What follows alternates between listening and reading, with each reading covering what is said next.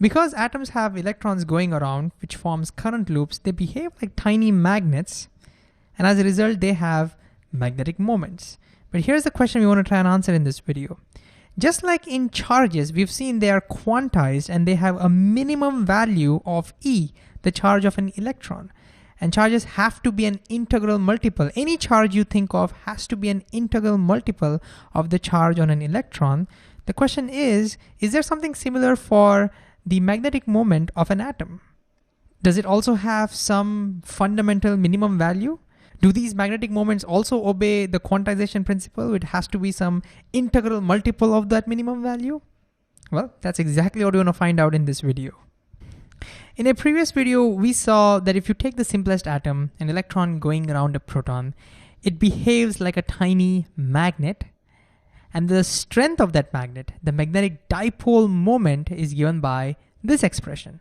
It basically says that magnetic moments come from angular momentum. In fact, they're directly proportional. More angular momentum gives you more magnetic moment. And the reason why I'm putting an O over here is to remind us that this is due to the orbital motion, because along with that, we also saw electrons tend to have a spinning motion, spin angular momentum, although they're not really spinning around their own axis. We can think of it that way. And that generates an additional spin magnetic moment, which we're not going to talk about too much in this video. And so our main question is, does this magnetic moment have a minimum value? And if it is, what is that? Now, before we get to that, we'll get to that in a second. But before we do that, I just want to focus on this number over here. What does this number represent?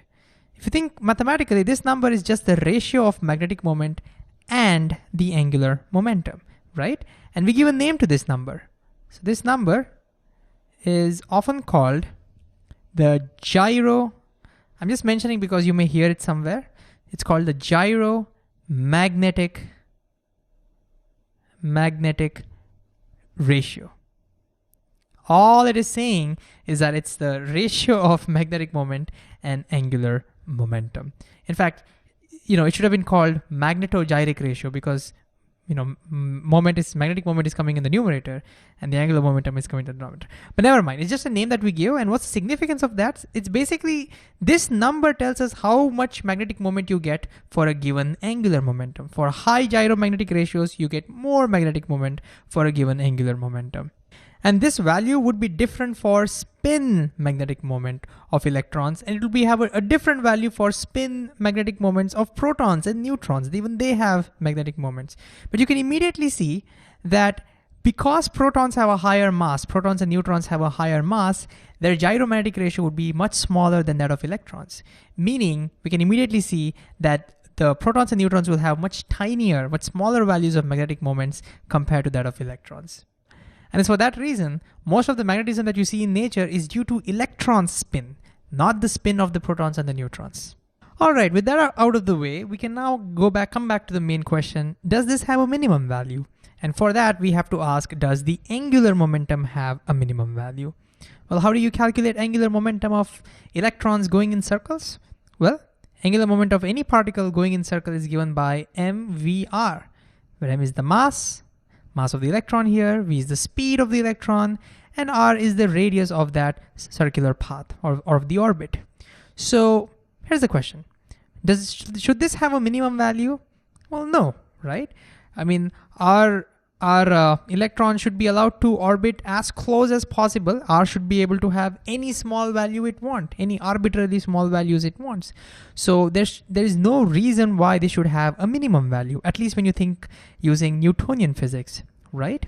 But the problem is atoms do not obey Newtonian mechanics. Newtonian mechanics is an approximation that works at the large scale. So to really deal with atoms, we need quantum mechanics. And I know quantum mechanics has a reputation for being all complex and vague and abstract and whatnot. But what we'll do in this video is we'll limit ourselves to Bohr's theory. See, Niels Bohr was one of the pioneers of quantum mechanics, and he came up with the earlier versions of quantum mechanics, and we'll only restrict ourselves to that. So let's go to Mr. Bohr, Niels Bohr, and ask him what he has to say about it. Bohr says in his Bohr's theory, and we'll learn more about this when we learn about atoms.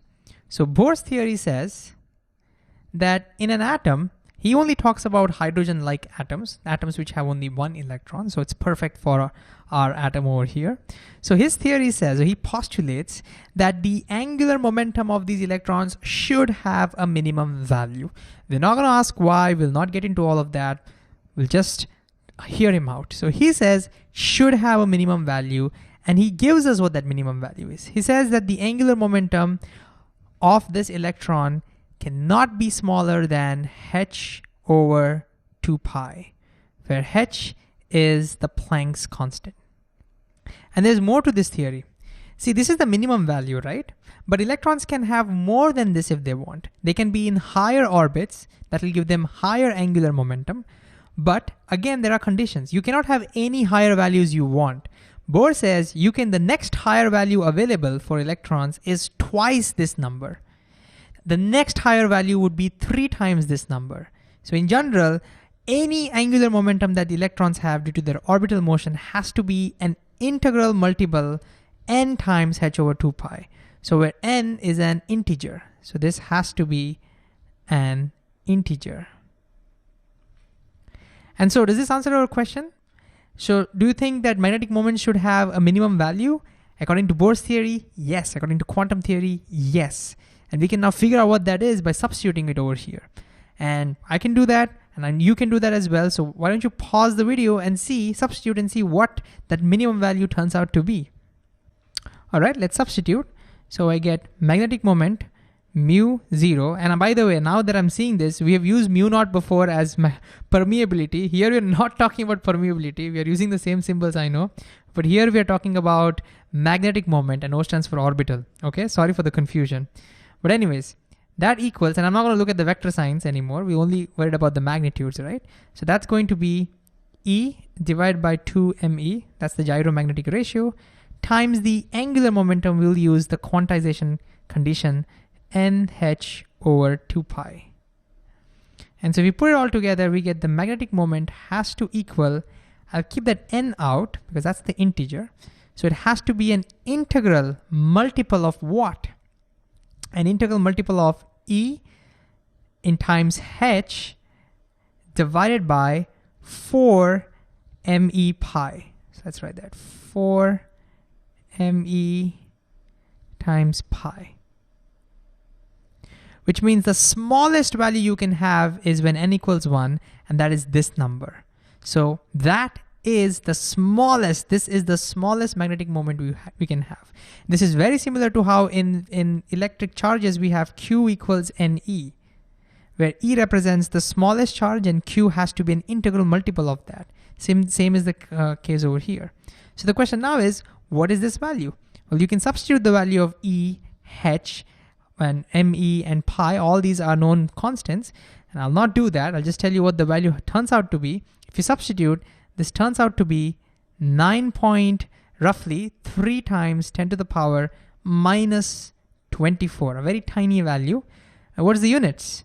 Now at first you might think, oh my God, so many units I have to substitute, but don't worry, it's magnetic moment. We've seen magnetic moment is current times area. So current is amperes times area is meter square. So this is the smallest magnetic moment ever, according to Bohr's theory. And we give a symbol for that. We call that mu b. We call that Bohr magneton. And just like when we're dealing with very tiny charges, we talk in terms of E's. We say 1e or plus 3 or minus 4e or something like that. When we're dealing with magnetic moments, we talk in terms of Bohr magnetons. We say it has 1 Bohr magneton or it has 2 Bohr magnetons. And according to Bohr's theory, we cannot have 3.5 Bohr magnetons. That's not allowed. But remember, this is only orbital magnetic moment. Similarly, we have spin magnetic moment. But the beautiful thing is it turns out that even spin magnetic moment for electrons happens to be, pretty much 1 Bohr magneton. So if you calculate the spin magnetic moment of electrons, you get pretty much the same number, 1 Bohr magneton. So long story short, because angular momentum is quantized and has a minimum value, magnetic moment also automatically becomes quantized. You can only have integral multiples of this minimum value, and that fundamental minimum value happens to be this number, which we call a Bohr magneton.